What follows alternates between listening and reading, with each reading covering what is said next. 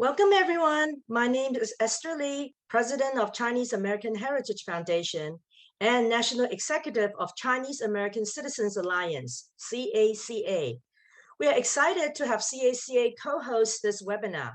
So I have invited National President Melanie Chan to join us this evening. CACA was founded in San Francisco in 1895. It is a civil rights organization which helped Chinese Americans to fight against discrimination. There are 20 chapters in US, and surely there is one in Boston as well. So let me welcome Melanie Chan, the National President of CACA. Okay, thank you, Esther. Thank you for the kind introduction. So I'm very honored to be invited today to give the introduction to our book talk. Our book talk today is Clara Wu, and this is the first book in a series of 5. The series is an epic young adult Asian American fantasy adventure where Clara Wu, Sung Kim, Yuka Sato, and Daniel Wynn battle a demonic warlock to save the world. But they are not alone, as they have to pair up with their trustworthy guardian, a panda, white tiger, red crowned crane, and the water buffalo. Our Asian American author, Vincent Yi, is our presenter. He was born in Boston, Massachusetts, and happens to be a member of the Chinese American Citizens Alliance Boston Lodge. For most of his career, he's worked for several Fortune 100 companies in various managerial roles. He wrote 5 books in 6 months to create this young adult Asian American fantasy series. If you have any questions, either during or after the presentation, please type them in the Q&A box rather than the chat box. We will have time for Q&A after the presentation. So here is Vincent Yi. Let's hear him talk about why it is so important for today's young Asian American readers to have their own Asian American fantasy series and heroes to grow up with. Vincent? Excellent. Thank you so much for that warm introduction, Melanie. So now let me share my screen so I can get this presentation started. And if someone just let me know when they can see my screen, that'll be great. Yes. Great. Okay, so, again, my name is Vincent Yi, and it's great to spend this Wednesday evening with you. I want to also thank the Chinese American Heritage Foundation and the Chinese American Citizens Alliance for inviting me for tonight to speak. So May is Asian Pacific American Heritage Month. It is a time for celebration, but as an Asian American leader, I would be remiss if I did not talk about some of the challenges that are occurring in our community. And as you can see from some of these headlines in the news, there definitely have been some very negative things that are happening within our community. And we need to acknowledge that and be vigilant about what is happening.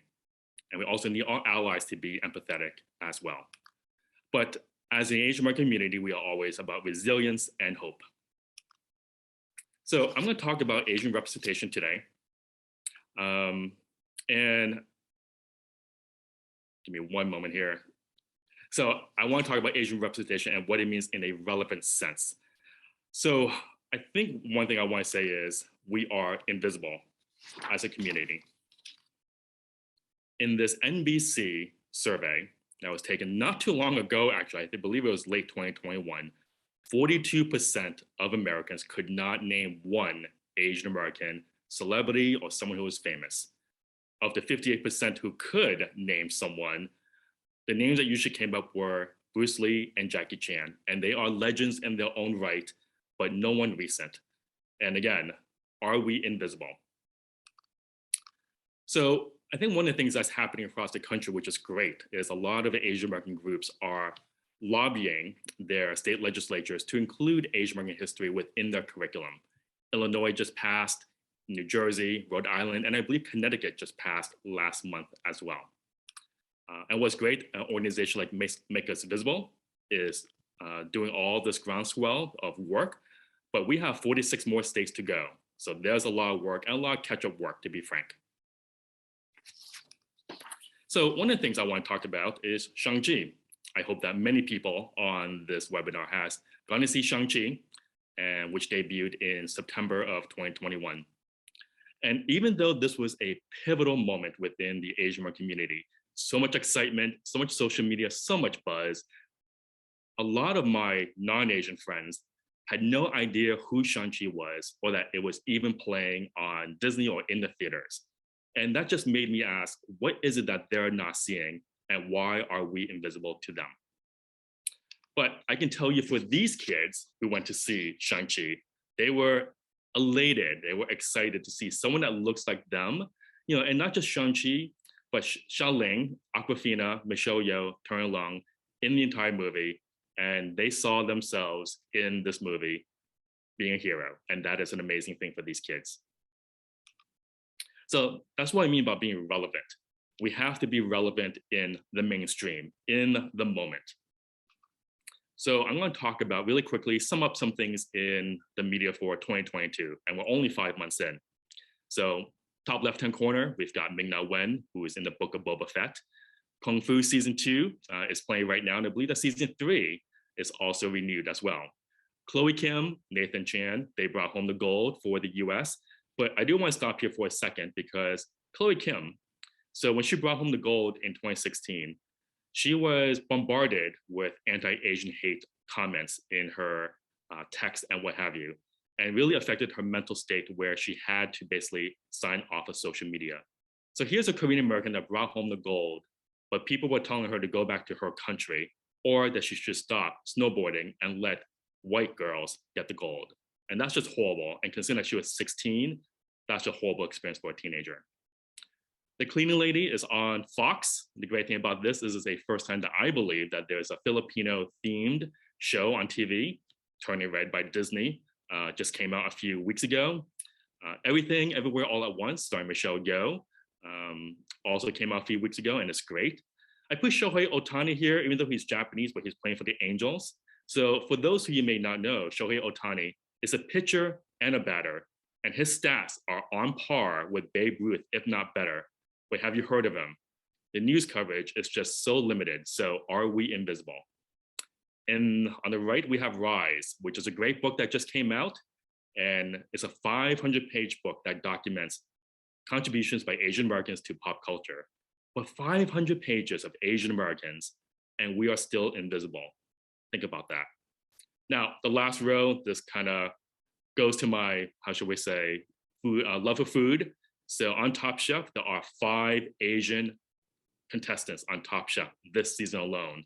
That is amazing. I also want to note James Hong. James Hong has over 700 credits to his name. Movies, TVs, voiceovers, and what have you. And on May 10th, he finally got his star on the Hollywood Walk of Fame at 93 years old. So he had to do all of that work and also get a sponsor from DDK. But you have to ask yourself, why did it take so long for this to get done? I also want to note is that when we don't control our Asian representation, this is a NBC survey that just occurred a couple of weeks ago, I believe. And unfortunately, more people now are incorrectly blaming Asian Americans for COVID than at the height of the pandemic. We are totally going in the wrong way because we are not controlling our narrative for Asian representation. So when we don't control our portrayal, others will. We are dehumanized as Asian American women are sexualized, Asian American men are emasculated. There is no emotional depth to our portrayal, so people are not connected to us. And it's not us who are writing our portrayal, so it's not authentic. And with the huge influence of media on people, without role models, Asian Americans grow up being ashamed of being Asian American. And this is why I wanted to talk about. So about being ashamed of being Asian American. So Master Chef Melissa Long, she talks about how she was ashamed of being Asian American on Master Chef. Even Marvel superhero Simu Liu talked about how he was ashamed of being Asian when he was younger, but now he's doing everything that he can to change that. And I believe her name is Jeannie Mai. And she also talked about how she never acknowledged her Asian identity despite her own success. So what is it about Asian shame that we need to get rid of and stop? So my thing is, and many Asian writers are going to contribute their own way, but my way that I want to contribute is to write for better Asian representation so that Asian American teens, children, and adults can see themselves in stories as heroes, because that is so important to see yourself positively. And I always want to write an epic young adult Asian American fantasy series. I've already written 2 books prior to that, but this was my big dream, I should say. And so I parted way with corporate America almost 2 years ago. And after settling into pandemic life, learning how to use my Instant Pot, learning how to get sanitizer and all the stuff I need to supplies to supply my home with to protect myself from COVID at that time, I started to write the outline in October 2020. And as a writer, I always start with an outline for the whole entire story. And this was the entire 5-book series. It was originally supposed to be a trilogy, but as I did the outline, it turned out to be 5 books, and I just made more work for myself. But 6 months in, and pounding away at the keyboard, working really late into the hours of the night, and I had the calluses to show you on my wrist from all the typing, I was able to pound out the manuscripts for 5 books and 3 screenplays. So book 1 has already been converted to a screenplay in case a studio calls and they want to see a screenplay for my book. To give you another perspective, this is another angle to show you that it is about 1,200 pages written in single space in Word. So that is how Clara Wu and the Portal Book was born. And it's not just Clara Wu, she's got 3 great friends who are helping her, Sung Kim, Yuka Sato, and Daniel Win, along with the guardian animals in the world of Eizhen. So what is Clara Wu about? So I believe this is probably the first Pan-Asian cast of characters who are Chinese, Korean, Japanese, and Vietnamese. Because, you know, we're all friends. And they're all 15-year-old high school students who are whisked into a world called Eizhen. They need to battle a demonic warlock in order to save Earth. They need to unlock powers that they can only do by embracing their culture. So that is the cultural twist in the story. But fantasy is a great medium to do this in a very fun way. And we need to repackage the Asian culture in a way that kids will find it cool and relevant. And she's cooler than Harry Potter. So one of the things is, before I wrote this book, I kind of researched on what were things that were topics on Asian minds today, especially Asian youth, but also college students as well. And some of the things that I found theme-wise were, you know, I asked, are you aware of what today's Asian teens are discussing in social media? Asian identity was a big one. Family trauma or drama was another one. The want for better parent and teen bonding. And I think sometimes for Asian American families, Asian parents are in one world, Asian American teens are another, and they cannot bond effectively because they don't have the medium and tools to do so. And they want to see their culture validated. So this one has 4 Asian cultures in the book. There are also 5 Asian languages sprinkled throughout the book as well. So it's a way to bring something familiar to them. So we can give today's Asian American kids powers of their culture that they never had before. So this was the first book. So this is book 1, Clara Wu and the Portal Book, in its green cover. And this was launched on Christmas Day in 2021. The next book is Clara Wu and the Jade Labyrinth, which launched on Lunar New Year Day, February 1st. And I have a white tiger, because I want to express that the Lunar New Year is more than just a Chinese celebration, but it's also Korean, Vietnamese. So hence the white tiger in this book. And today I get to tell you that the 3rd book, Clara Wu and the Rescue, is launching today. As soon as Amazon releases it, it is currently being reviewed by Amazon. And I hope that it will be available by tomorrow for those who have already finished books 1 and 2. But I wanted to show this to you because you are probably the first people to see this. But the cover is beautiful. My illustrator did an amazing job to really capture this particular scene in book 3. So book 4, which is Clara Wu in the Final Battle, will debut in August 2022. And book 5 will debut Clara Wu and, well, it's a secret for now because I don't want to spoil it, November 2022. I want to show you some reviews really quick. So this is all for book 1. And it warms my heart that this young reader, who I found out was 9, because a few of my friends did some research because they recognized the name, but he was 9 years old and he read the entire book in 2 days and he compared it to Harry Potter. In this one, what kids are saying, so a friend of mine sent me a text about her daughter who read the first 5 chapters, and her daughter said that this is the first book that she has encountered that she can relate to as an Asian American, and she's a teenager. My friend sent me this. So this is her son reading the book, and it was an instant babysitter. It gave her hours of quiet. But I also want to say what our allies are saying as well. You know, as much as I want every single Asian American to read this book, I want our allies to read it as well. So my friend here sent me this because his 8-year-old son, who is half Black and half Latino, read the book. And he loved it. He loved the entire storyline. But what was so cool was, because of the Asian languages sprinkled throughout the book, he actually looked up every single word, because in the back of the book is actually a dictionary to explain what every single Asian word was. And so I think for an 8-year-old to take that genuine interest in Asian culture is a way to better Asian representation for society. So, you know, you can also hear it as well. What did the kids say at school about the book?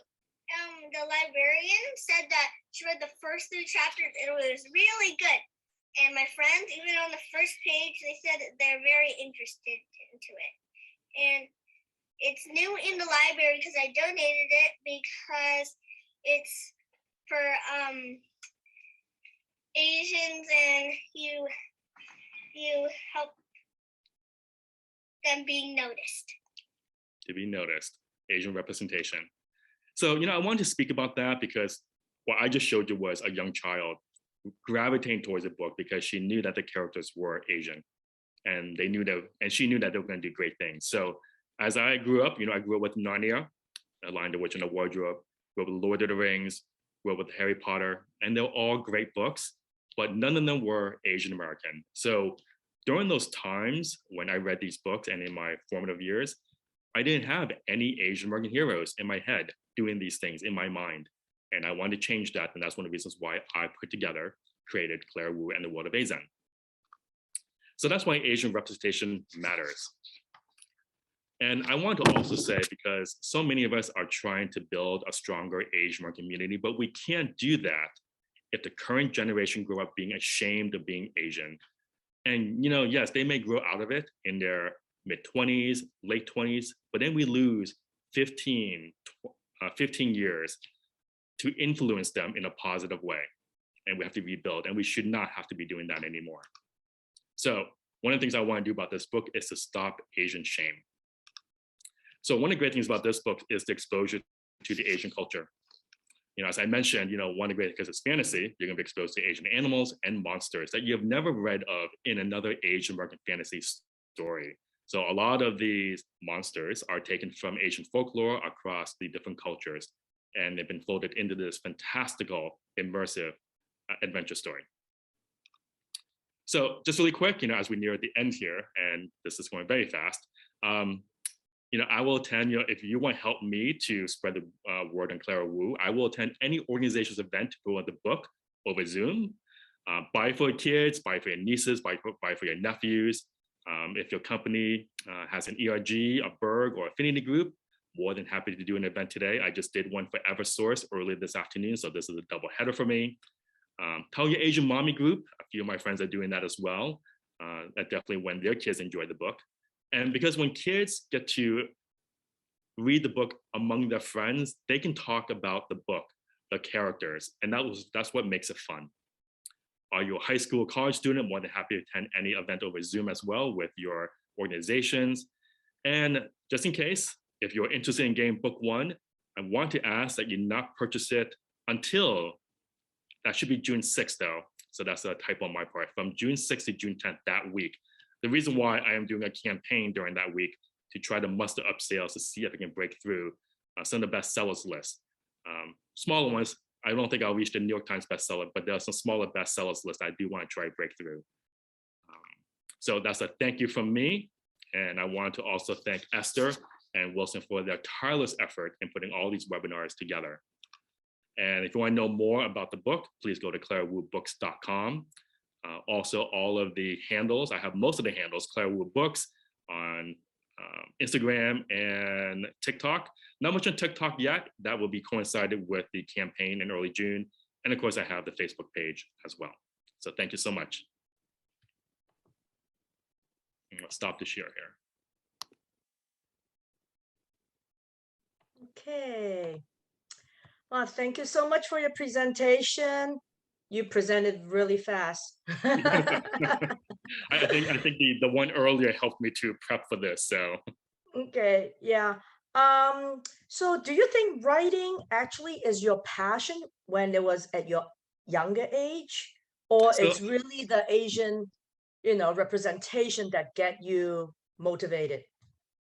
So you know what it is I've always had a knack for writing, and during I would say elementary school, high school, I wrote short stories that my teachers, my classmates enjoyed, but really never thought of it as a profession. That was kind of cool if one day maybe I could write a book. A lot of people want to write a book, but I also have just a wealth of imagination. So one of the things about writing fantasy is world building. You're building entirely brand new worlds. You have to create a whole new way of life for all the characters, the way they talk, how they interact. So that's where the imagination comes in, especially weaving it across 5 books so that it's consistent. It doesn't lose storytelling integrity. But because I always had that knack for storytelling, and then finally Asian representation, which became a big part of my life, I think it's really important to portray ourselves positively, whether it's in the community, at work, and even for your own oneself, to always better yourself, accept who you are, take pride in who you are, and stop Asian shame. So those 2 things came together. So then I said to myself, okay, I know I like writing, and I've already written 1 book in 2012, which is The Purple Heart. And then in 2018, I finally wrote a short story collection. So one thing about me is I don't set out to write a book or a story. I don't say to myself, I want to try to write a mystery. For whatever reason, I just have all these stories in my head, scene-wise, and the only way to get them out of my head is to write. And so now I freed up a lot of memory space in my head by writing all these books and getting them out. And that allows me to binge like K-drama and things peacefully. So I think the 2 things came together to come to this point right now. And because we need it, we need it with the Stop Asian Hate, Stop Asian Shame, and really just value who we are, take pride in who we are, and just make sure that there's positive Asian representation. I mean, it is incredible. You have all these stories, imagination in your brain.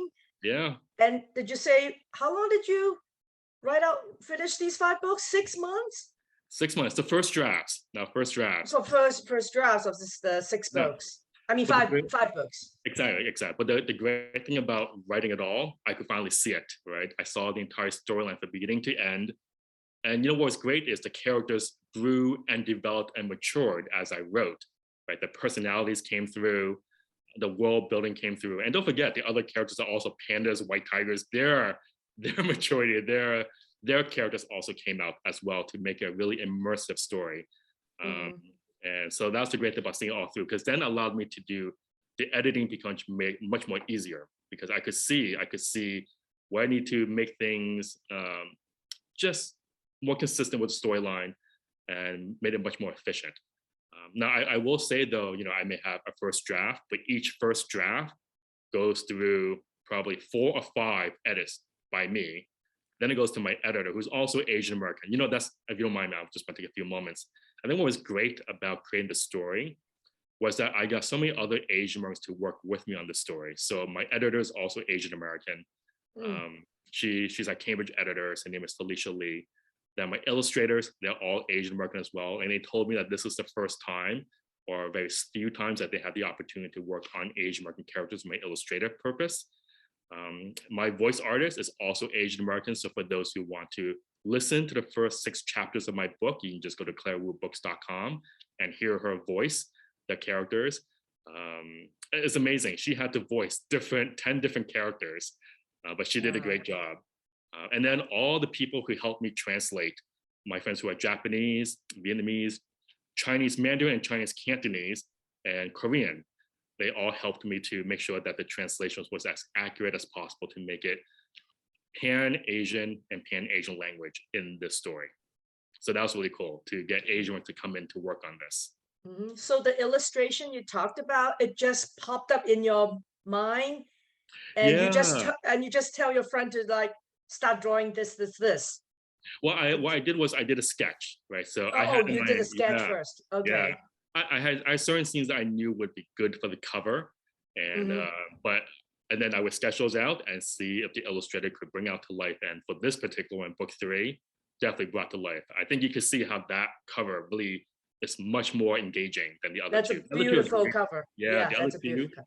Yeah, the other 2 covers are actually being refreshed right now. So by June 6th, the covers for book 1 and book 2 will be totally brand new.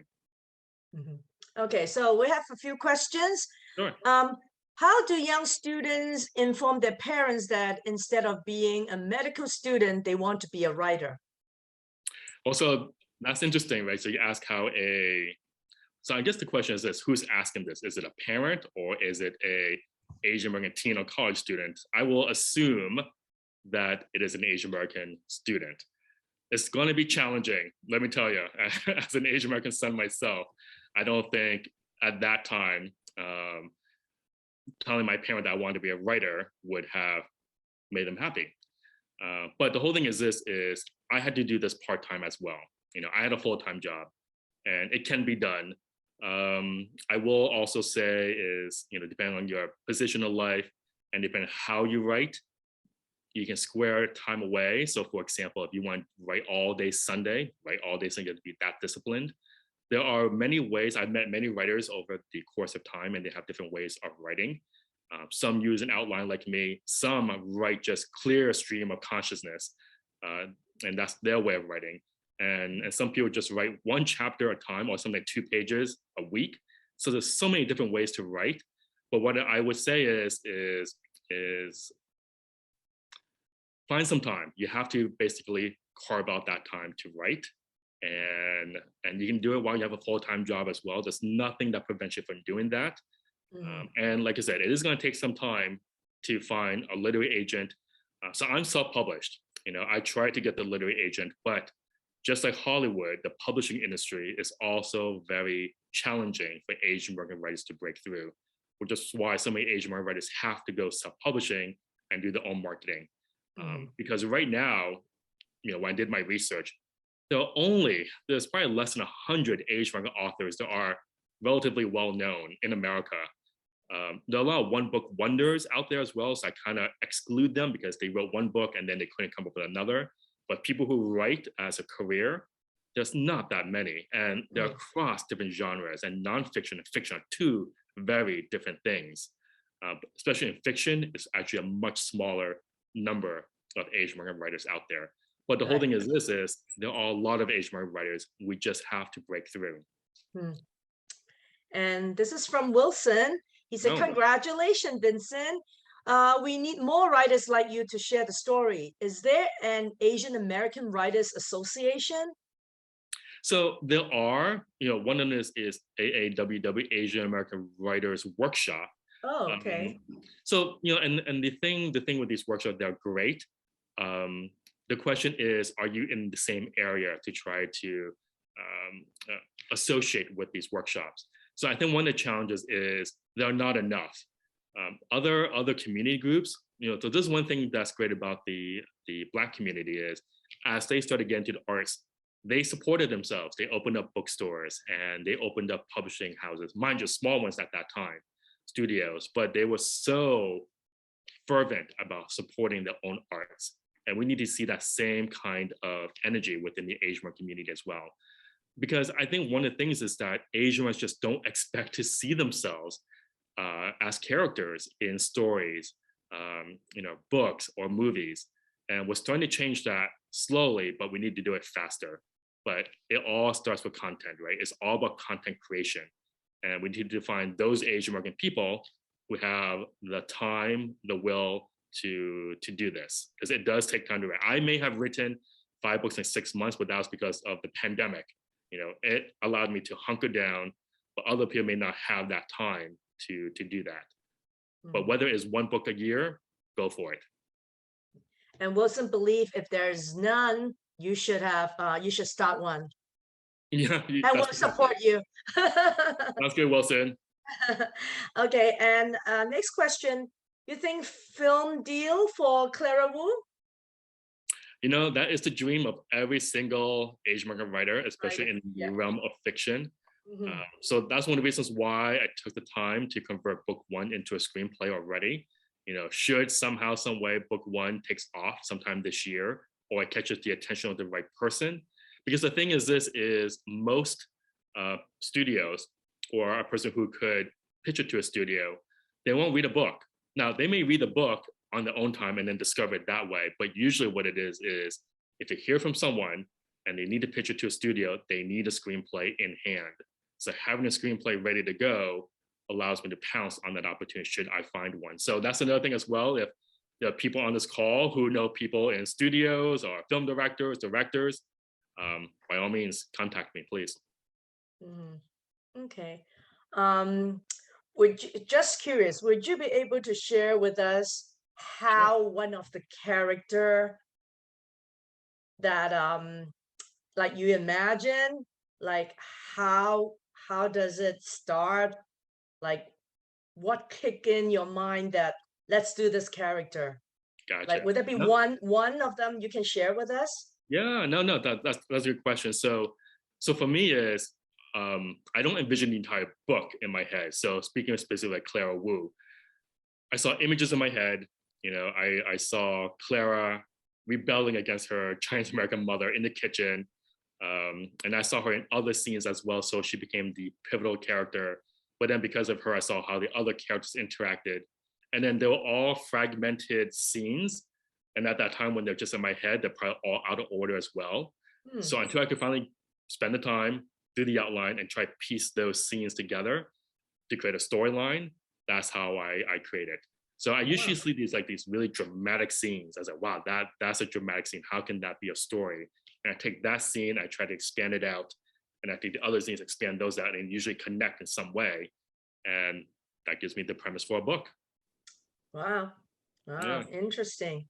And I just remember you said that if we want to purchase book, you just mentioned book one though, from June 6th to June 9th to June.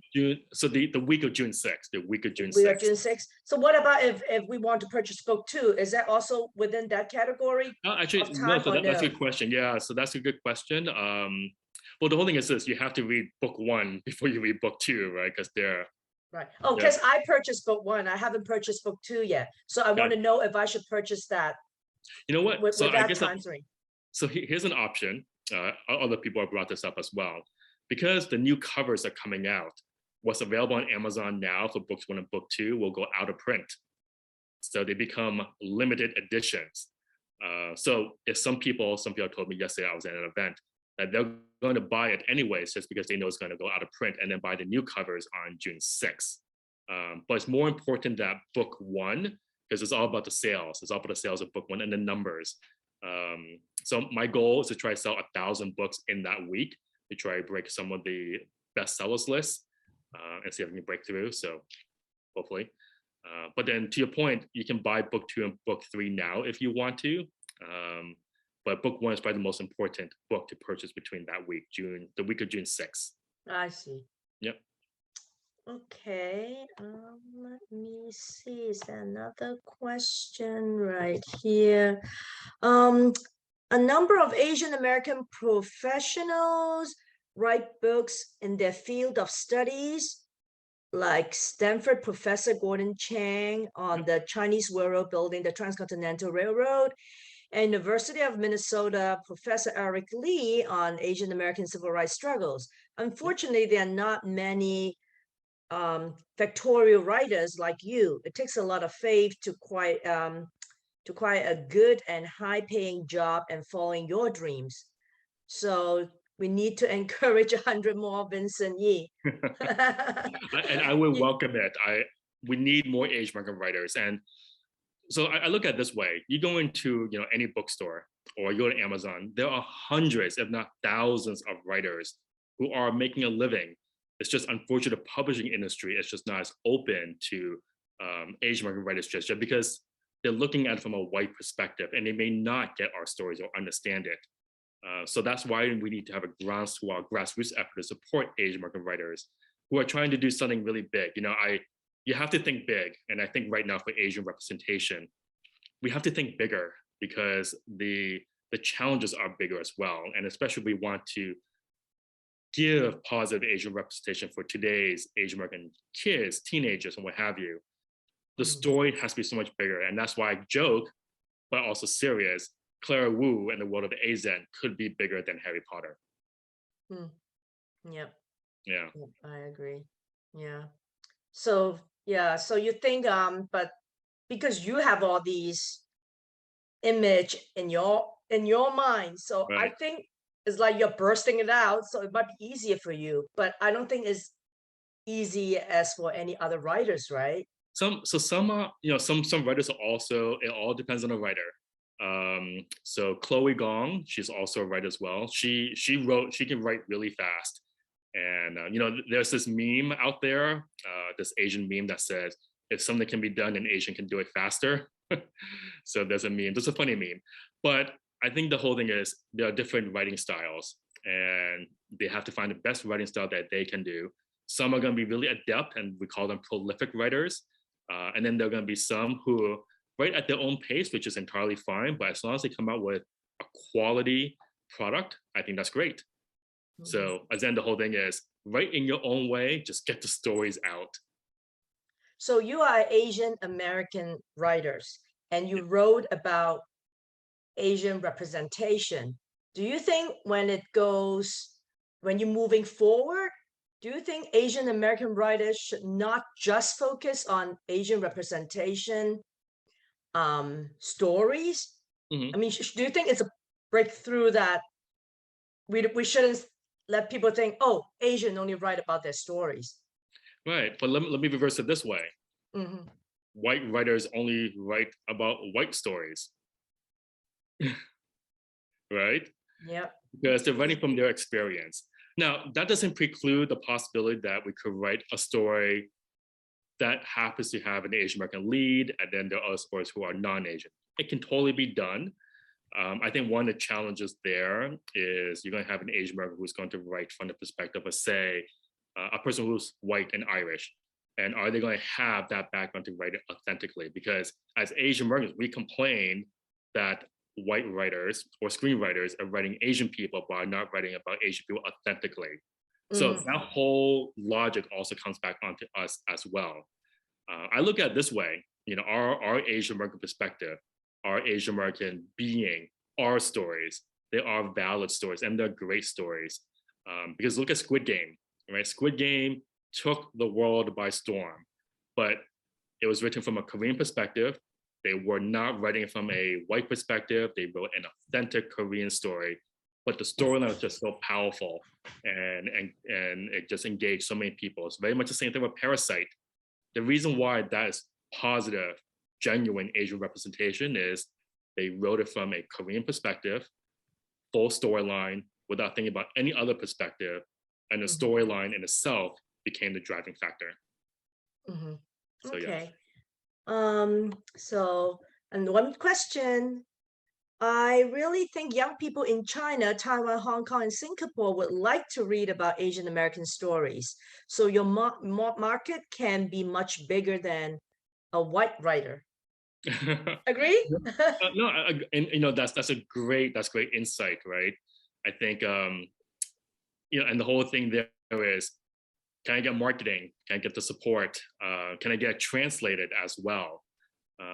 So those are some of the challenges. So I have to work within my means at the moment, but that's why talking to everyone here on this webinar about what I'm doing, but I'm also championing other independent Asian American writers as well. So help us, right? I think my friends have written some really great stories, but Clara Wu is a great story. I think you saw from that video, I never ever thought that someone under 10 was going to be able to read it in under 2 days, which is amazing. That is true. Right, that's amazing. So I think if it can engage them in that way, that's amazing.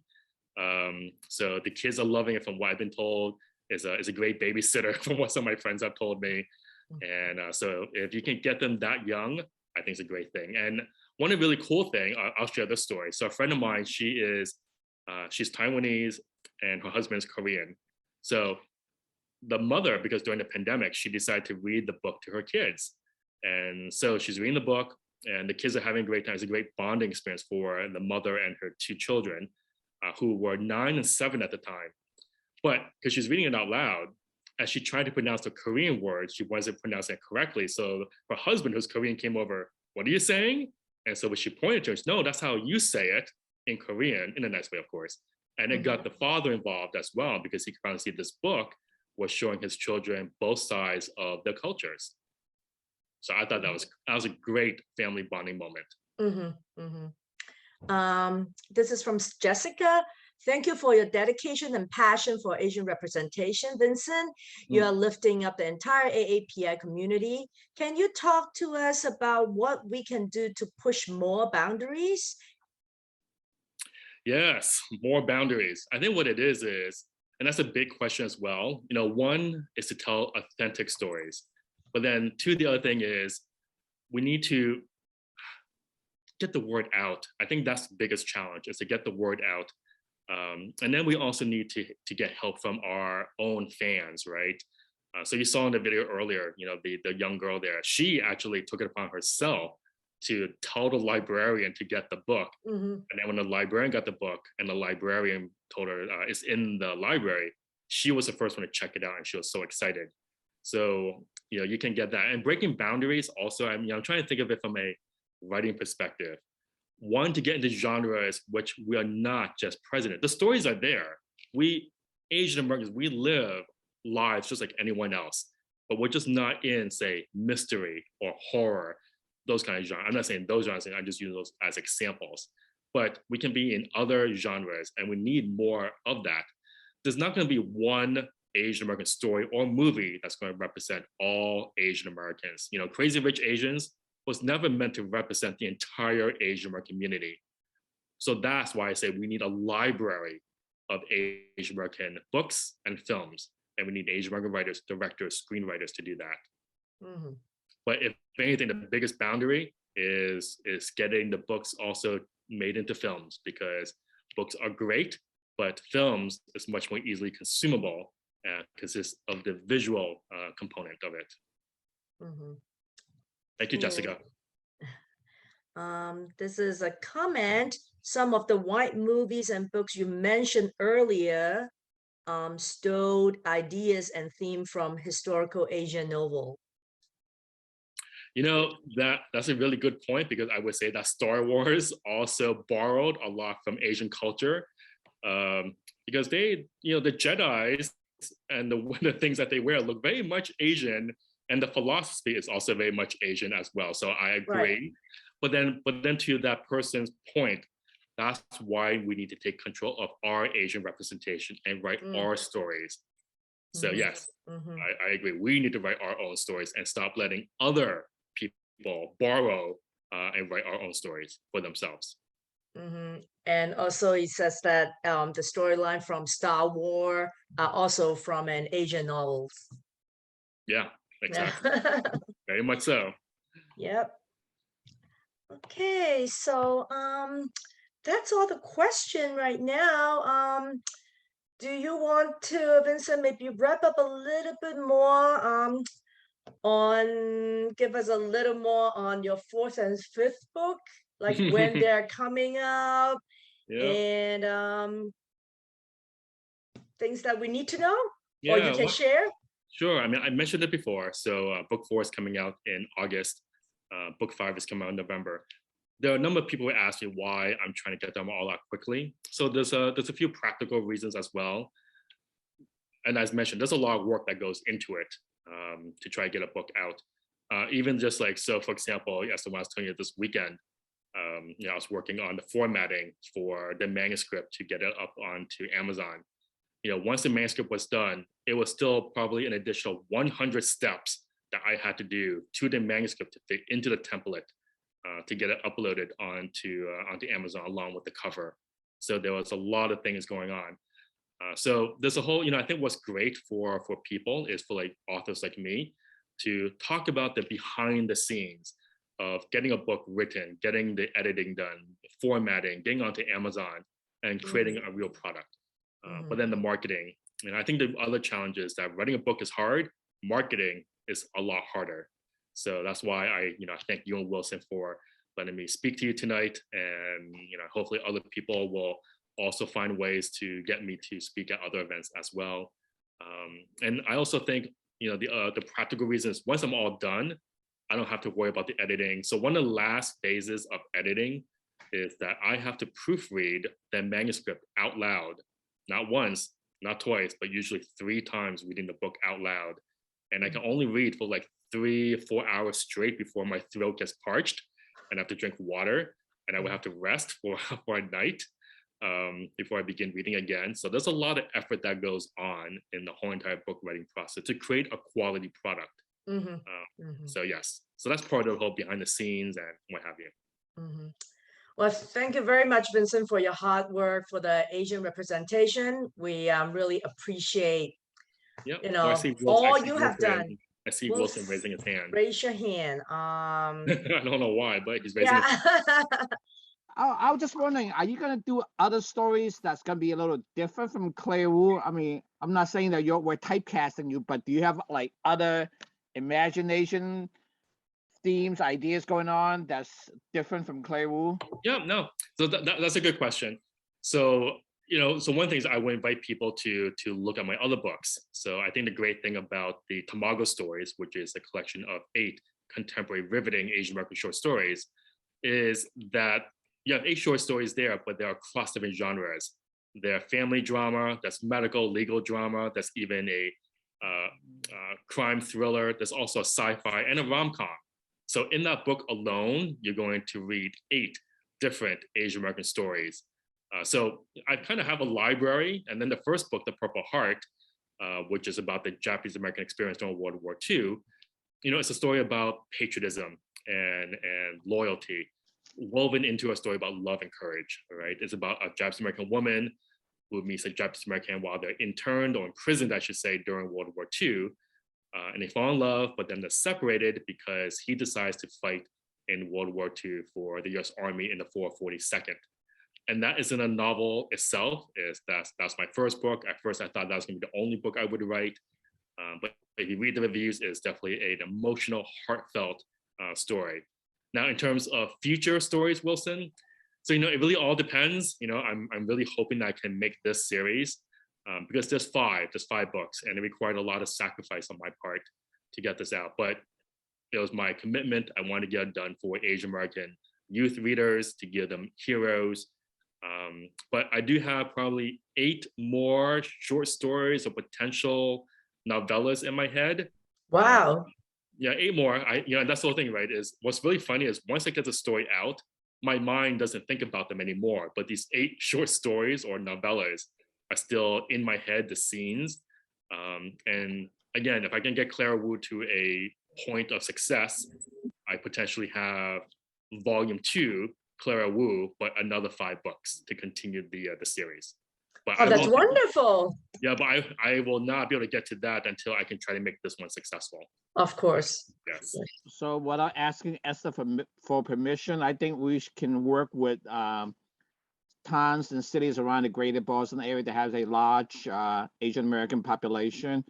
And I can commit to purchasing 10 sets of all your current books, and we can present it to libraries in Malden, Quincy, Newton, Brookline, Lexington, Cambridge, so that so that the young people in that area can read your books. So Wilson, you brought up a good point.